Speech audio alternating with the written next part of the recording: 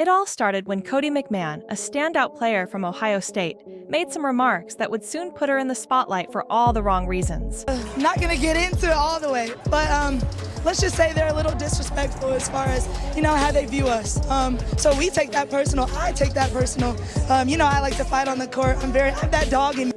During a post-game interview following a thrilling Big Ten rivalry match between Ohio State and Iowa, McMahon was asked about the intense competition between the two teams. Her response, though, took many by surprise. She called Iowa disrespectful, claiming that they didn't view Ohio State in a positive light and that she took it personally. Now, rivalry games are nothing new in college sports, but the timing of McMahon's words couldn't have been worse. Just a few days earlier, McMahon herself had been caught on camera flipping off an opposing team, which raised some eyebrows about the irony of her calling anyone else disrespectful. Yet, when McMahon's comments about Caitlin Clark and the Indiana Fever hit the airwaves, they spread like wildfire. The situation escalated quickly, and McMahon soon found herself at the center of a media storm. Her comments, in the context of Caitlin Clark's career, felt particularly out of place. Clark, who had recently made the transition from Iowa to the WNBA as the #1 overall pick, was known for her humble demeanor, despite being the face of a rapidly growing women's basketball movement. It wasn't just about basketball anymore. McMahon had, perhaps unintentionally, attacked the face of a sport that was garnering more attention than ever. What made it even worse was that McMahon's claims seemed unfounded. Reporters who had covered both teams extensively couldn't find any substantial evidence to back up her accusations. Clark, on the other hand, had built a reputation for being an exemplary role model on and off the court.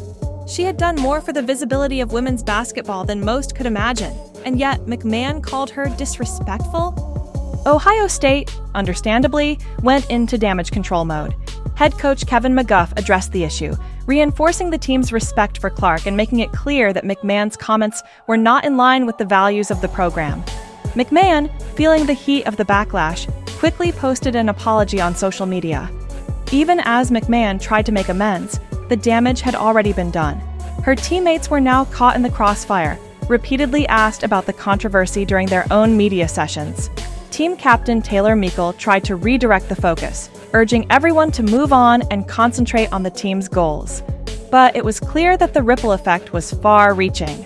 This controversy wasn't just about McMahon and Clark. It also underscored how quickly things can escalate in the social media age. Just a few moments on camera could result in a firestorm that spreads faster than the fastest fast break on the court.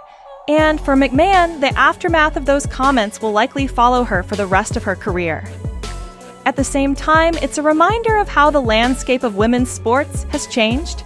Women athletes, especially those in basketball, are under an intense level of scrutiny, often not just for their on-court performance, but also for their behavior off the court.